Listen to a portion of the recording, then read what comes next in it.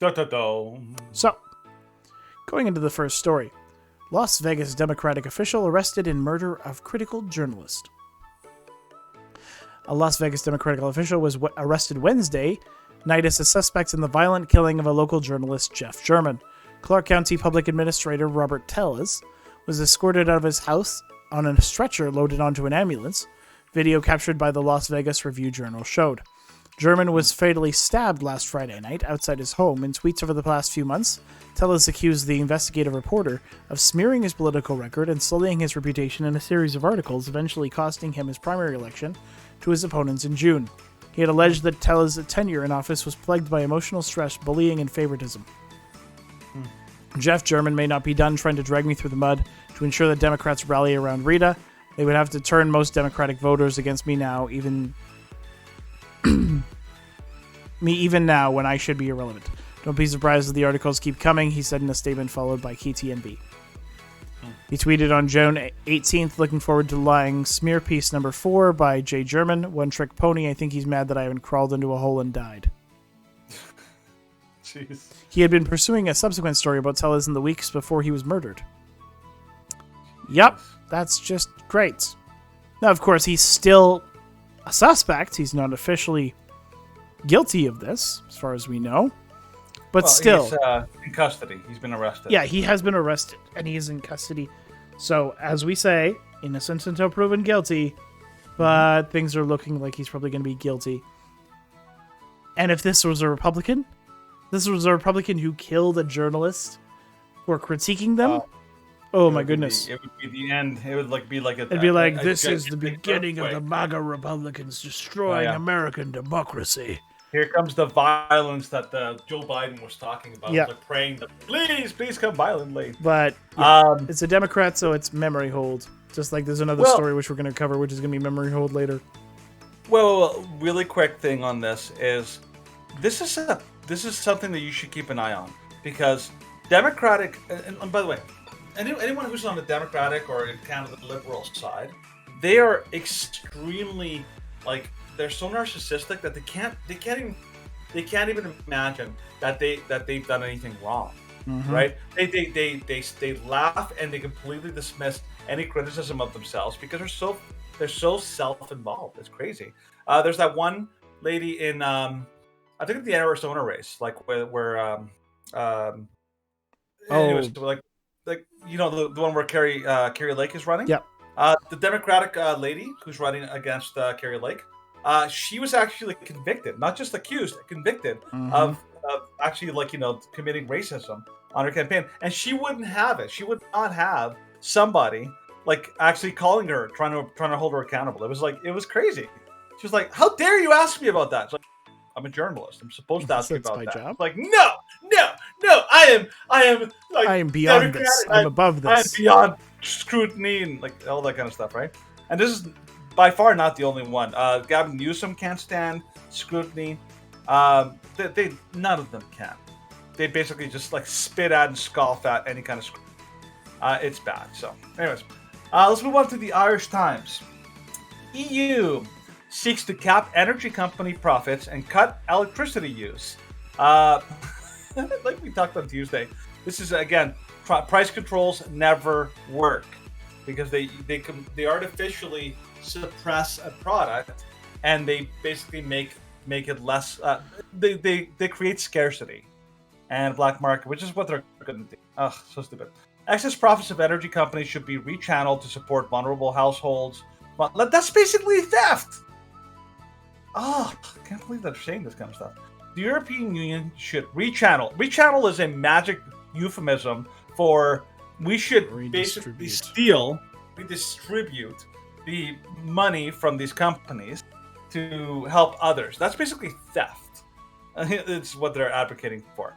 And companies introduce mandatory reduction of electricity use at peak times. By the way, this is the coming climate lockdowns, which they're basically going to force you to not be able to heat your home or to have power at various times. President Ursula von der Leyen told journalists on Wednesday, "We would propose a cap on the revenues of companies that are producing costs the Commission's chief told journalists ahead of a meeting of the 27 member state ministers on Friday to consider a sweeping EU-wide intervention on energy markets. By the way, the EU is completely unelected, hacks. This is why Britain wanted to get out of the EU, because they're like, no, we're not getting some politician. The one really, really good thing that Boris Johnson did was Brexit. Yeah, and that's a good thing. We will propose to rechannel these unexpected profits so that the member states can support the vulnerable households and vulnerable companies. You're a hack. Yeah. Dear God, this woman should be in prison. In addition, we will propose a mandatory target for reducing electricity peak hours, Ms. von der Leyen said. In the EU, gas and electricity plants are activated at peak times to cope with surges in demand, meaning that if usage is reduced at those moments, the use of expensive gas can be avoided. No, all of this is completely and totally. This isn't unexpected. These people are the people who any country or any place that has that basically has blackouts that can't handle the electric load. It's bad management of your electric grid. Mm-hmm. That's what California is. Yeah, California that is definitely what California is. They're idiots and they don't know how to properly run their state, and these guys don't know how to run the country. Germany is a gigantic cautionary tale of how not to do energy policy, by the way. But the EU, and by the way, the fact that this is happening all across the world, in places that are threatening, we need to reduce our power by force. This is not an accident. The fact that it's happening everywhere at the same time, it shows you that there's coordination. So, so just watch for this.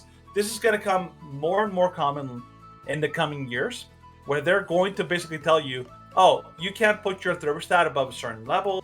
You can't have power above this much. It's part of a coordinated effort to punish people and to force them back into the dark ages. It's crazy. Yeah, of course. There comes the young. One thing that does need to be noted is that due to this kind of ideas and the fact that they're starting to cut electricity use, that they're making energy costs are now super expensive, because over the past couple years, and they did this in Ontario. Those who remember a few years back about the Ontario Hydro One, I believe was the company. The Ontario government under Kathleen Wynne and the Liberals made it so that there was a monopoly on Ontario electricity, that you could only use Hydro One to power everything across the province. They basically nationalized it. They nationalized it, and then Hydro One decided, we have a monopoly, and the government is making it so that everyone has to buy from us, so we are going to increase prices about tenfold. And because that's what happens when you try and mandatorily switch to one company, and that one company controls the entire market. They gouge you. And that's what's happening here as well, is that there's massive amounts of price gouging. And so they're like, we have to talk about the energy company profits. Well, the energy company profits wouldn't be an issue if you allowed competition.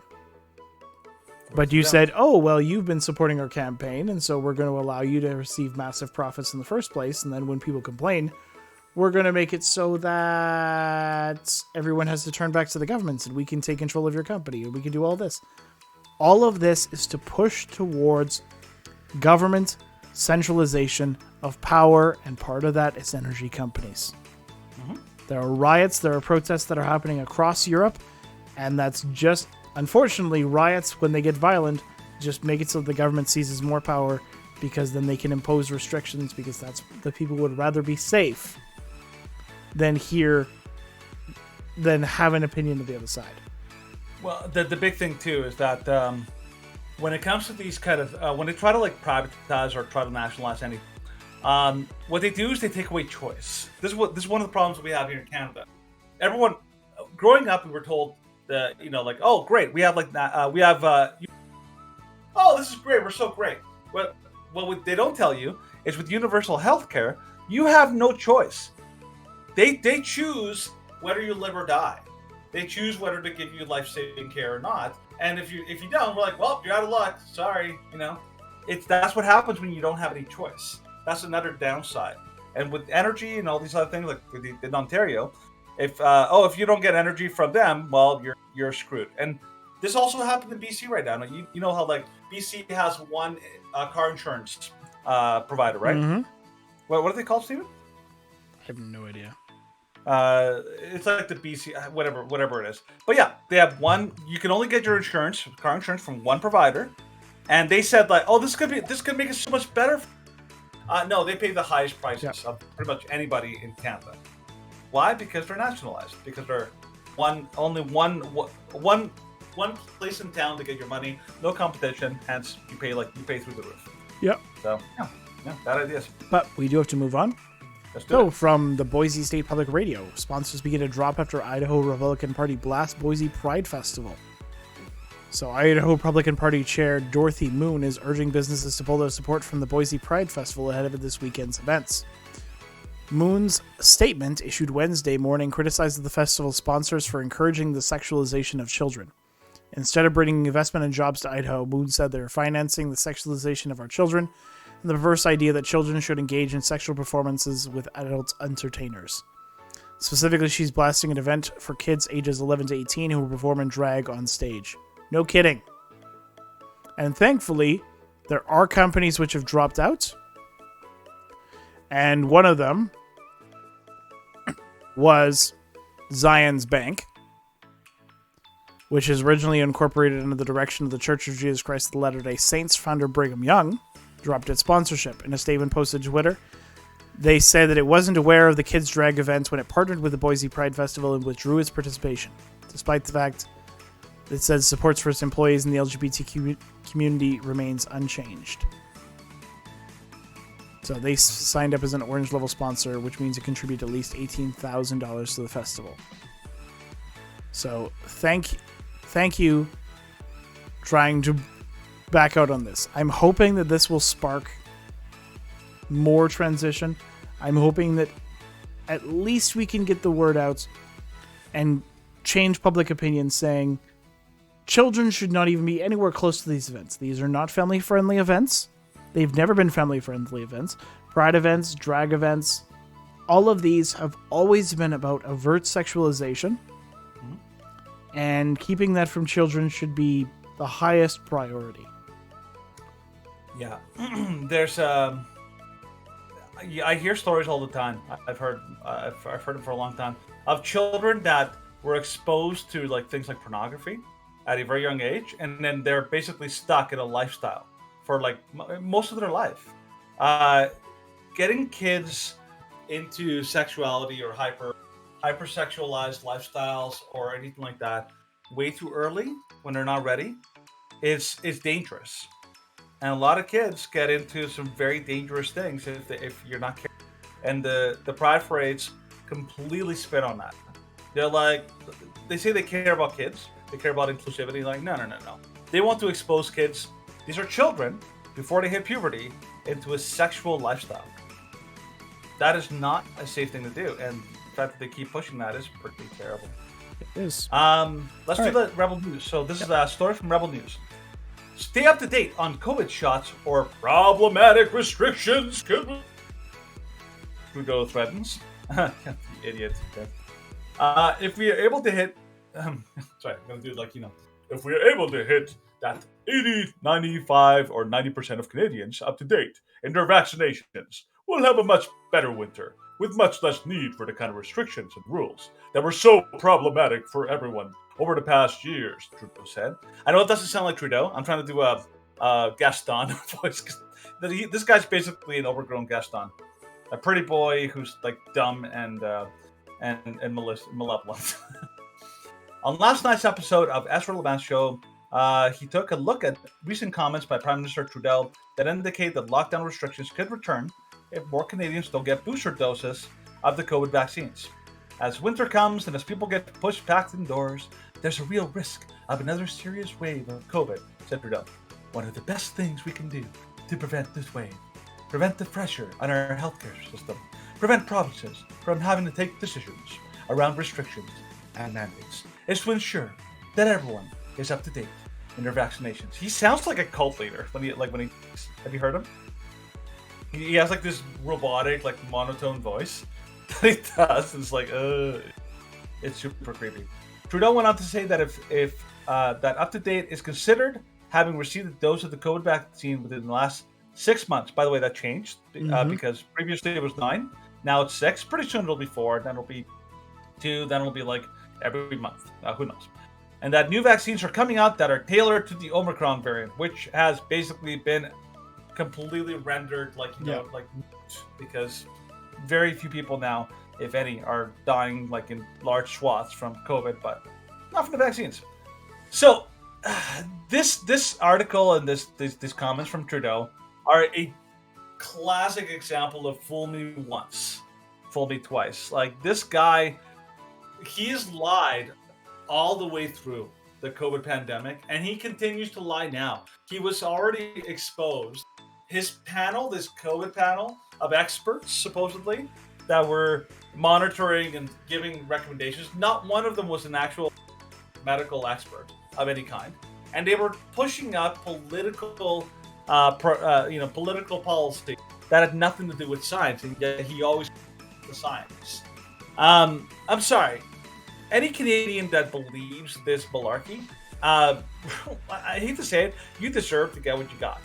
Because it's like, if you've been fooled, oh, it's only one more shot to be out of this, only 80, 95% will be out of this, only this, only that, and like they just keep pushing it. And even after all Canadians did all their stuff, he still kept the ArriveCan app. He still kept people from flying out of the country. Like, this guy is a complete con artist.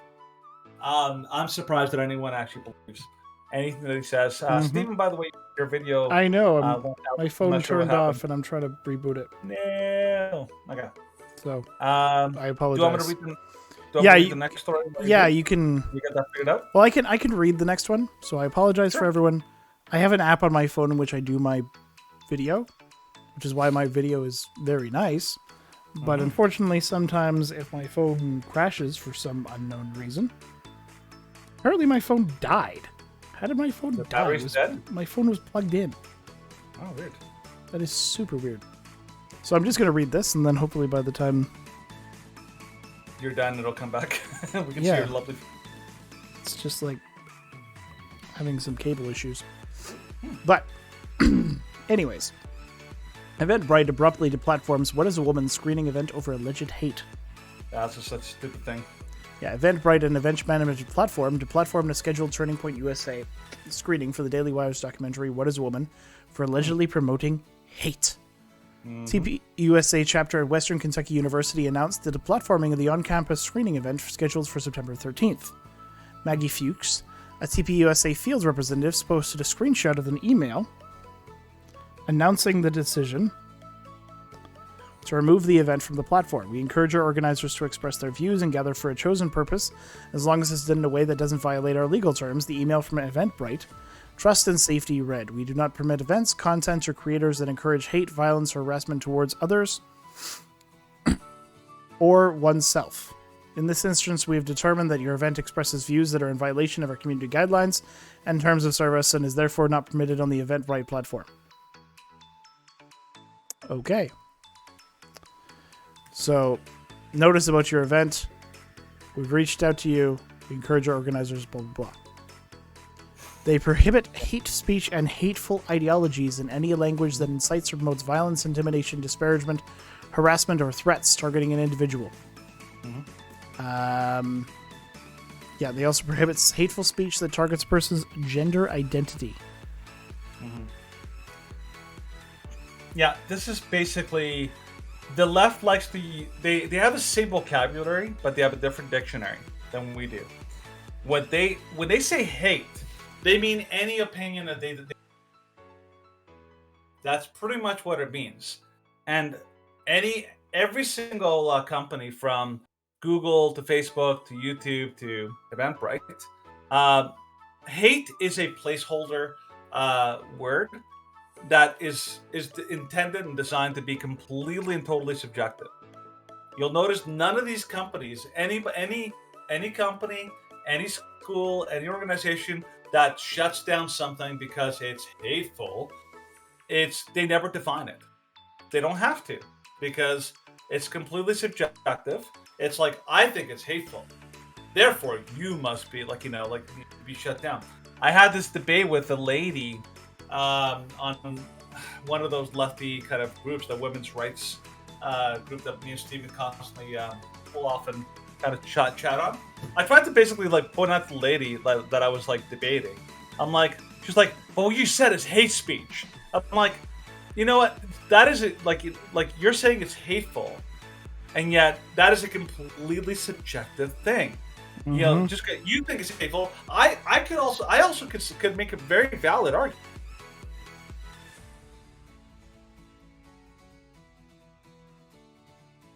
I'm defending, it's also hateful.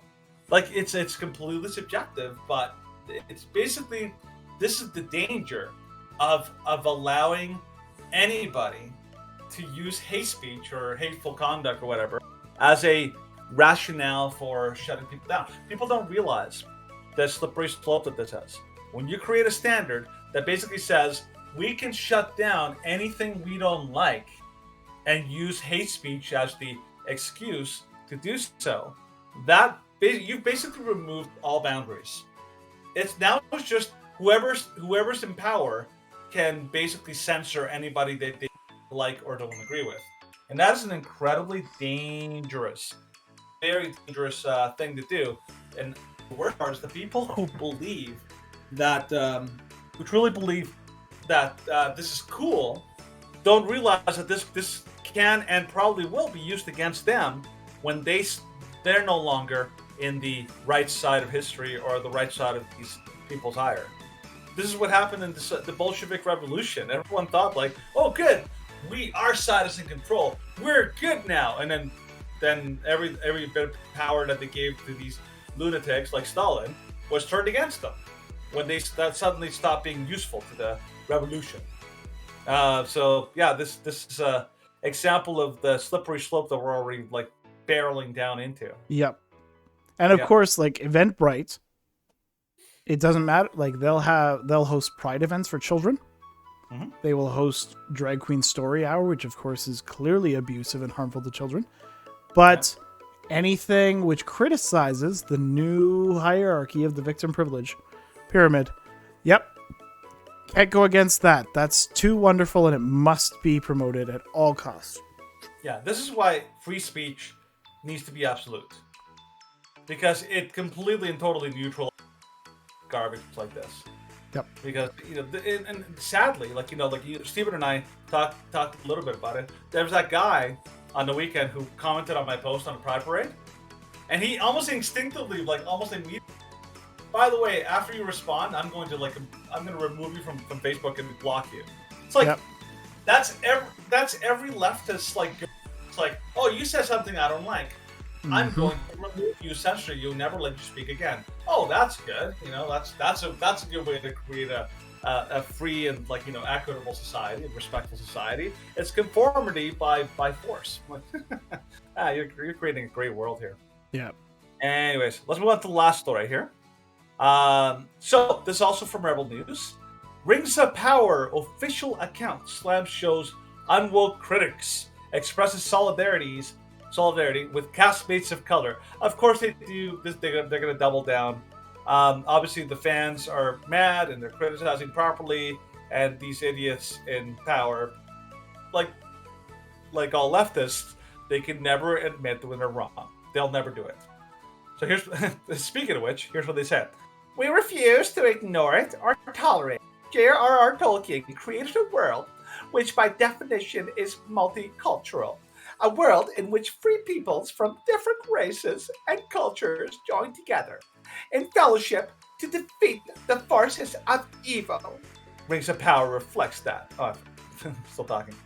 So the official Rings of Power Twitter account is currently engaged in internet warfare with critics of the show, slamming those who've expressed their disdain for the show's plot and diverse casting. Again, it just goes to show that the woke mob, the woke cult will tolerate no dissent.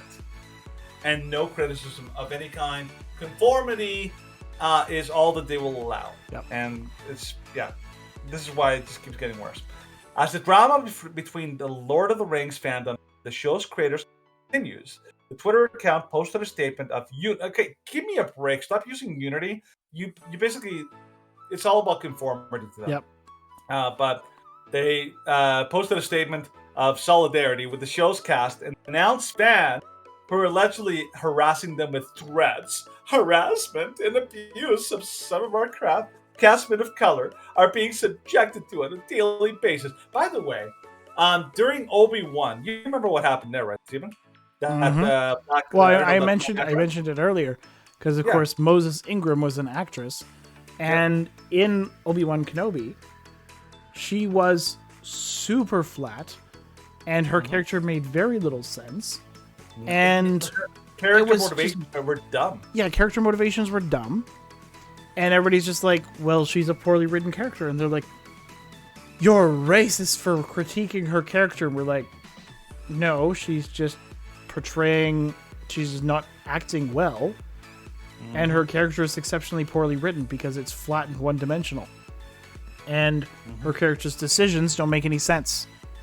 And they're like, we denounce the racism in our fan base. You're not a Star Wars fan if you don't like it. And it's like, you can't just say, because people are legitimately criticizing something, that they're not fans of the rest of that group, the rest of that kind of franchise. Like, I don't like some of the Hobbit movies. I think some parts of the Hobbit movies are kind of dumb. That doesn't mean I'm not a Lord of the Rings fan. I love Lord of the Rings. As soon as when my kids are old enough, they will watch Lord of the Rings because they are very, very well made movies. But the Hobbit films are not as well made. Yeah, one of my best friends, her family tradition every Christmas is to watch Lord of the Rings. And actually, now they're swapping. So, like, 1 year they'll watch the Lord of the Rings, like all the movies, and 1 year they'll watch the Hobbit movies. Which I'm like, well, I mean, like, I'd prefer to skip a year, but but still, it worked because they like them. But this is the difference between emotionally healthy people and emotionally stunted people. People who are emotionally healthy can handle criticism. They know how to handle it. You give me something tough to swallow, I will consider it. I will analyze it to see if it's a reasonable criticism, and then I'll respond appropriately. People who cannot handle criticism of any kind are usually the people that are emotionally, like weak and stunted, and sadly, it stunts your growth as well, because if you can't learn from your mistakes, then you can't get better. Hollywood is going to get worse because they can't get better because they believe that everything that they do is perfect and and beyond reproach. So they'll never improve. And this is the kind of garbage that they're putting out there. I mean, the Batman movie, like that Batgirl movie. Yep. That was canceled so bad that it got canceled. It's an example of that. These people, like, they don't want to make a good story. They want to make cultural ammunition for their woke propaganda, and they don't care about making a good show. Here's a good example. This actual quote from I think it's from the Twitter account here. It says, "We refuse to ignore it or tolerate it." J.R.R. Tolkien. Keep in mind, here they're supposedly talking on his behalf, like they know what J.R.R. Tolkien believes. So he said, J.R.R. Tolkien created a world which, by definition, is multicultural. No, this is a fantasy world.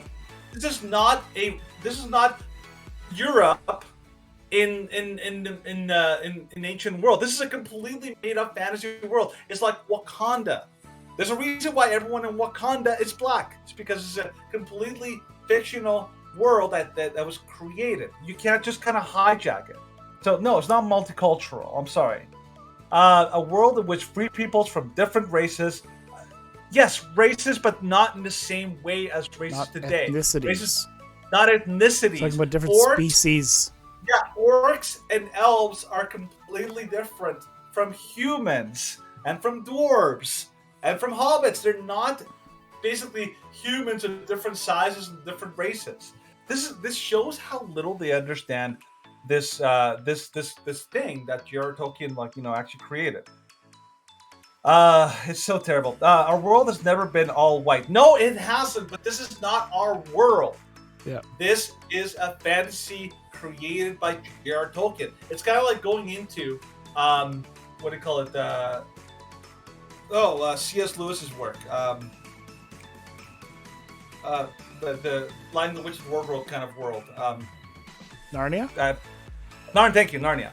Narnia is a completely fictional world that C.S. Lewis created. All the creatures in there follow a certain, format and style that C.S. Lewis created. There is no real world in Narnia. It's completely, but even then, Narnia is even more attached to the real world because it's a different world that mixes with the real world. Whereas Lord of the Rings, it's not. This is not Earth. I know they call it Middle Earth, but this is completely fictional, and it's meant for a English, it's designed to be an English world. They just want to take it and shove in their woke, garbage into this world. This is why people are mad. So it just shows how little the people who made this show care about the actual work. Mm-hmm. I would be willing to bet that the people who created the series, like the actual, the guys who were in charge of the show, I'd be willing to bet that neither one of them Lord of the Rings. Yep. I'd be willing to bet. I bet you they got kind of grip notes and just kind of skimmed it. Didn't really know. They're kind of like, it's kind of like what do you call it? Avatar: The Last Airbender.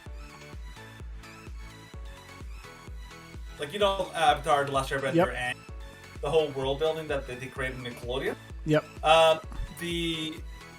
The same director who created and The Sixth Sense, he took over. He basically took on a project to make those cartoons into live action, but he had such a fundamental misunderstanding and completely broken understanding of the show, or even of the lore or the history of that show, that he called the titular character Ong. He couldn't even get his name right. His name is Aang, not Ong. So this is what happens when Hollywood elites who don't know what they're doing, who don't understand the lore or the background, they ruin something. Show that picture. What is that? What did that show?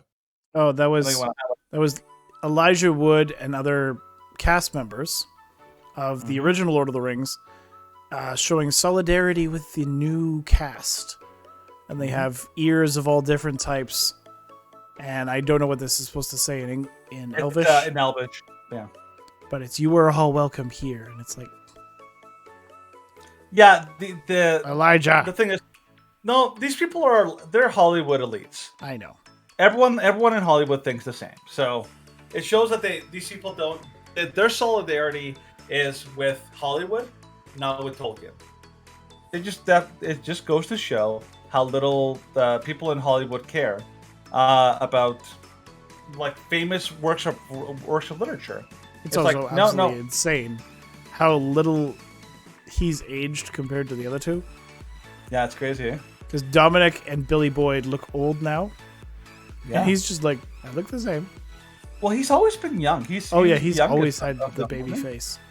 Well, he was also the youngest, I think, on that show. Even Sean Astin now looks much older. Oh, Sean Astin looks so old. Mm-hmm. But Elijah Wood was by far the youngest of all of them. Yeah, so sadly, Rings of Power. I mean, if you want to watch it, go for it. It suffers from the same problems as She-Hulk. The writing is really terrible. The dialogue is bad. The characters are insufferable and unlikable, and the world building is just not there. And a lot of the stuff that happens is nonsensical and it's just a bad show. So, I mean, if you want to watch it, go for it. I'm not going to watch it. I just don't want to waste my investing into watching a show that I already know is going to be a train wreck. I don't feel like doing it, so I don't know. It's a lot of time investing in something that I don't think is kind of like the reason I will not watch Lost. the TV series. Mm-hmm. I don't want to watch it because I'm like, well, I've already heard that is that it was great at first, but then had a terrible payoff. Kind of And so I'm like, jumps the shark. yeah, it jumps the shark. So I'm like, why start something that you know? Yep, I get that. I get it. Mm-hmm. But All right, we do have to move on. Yeah. And talking about all this race and gender and all this nonsense,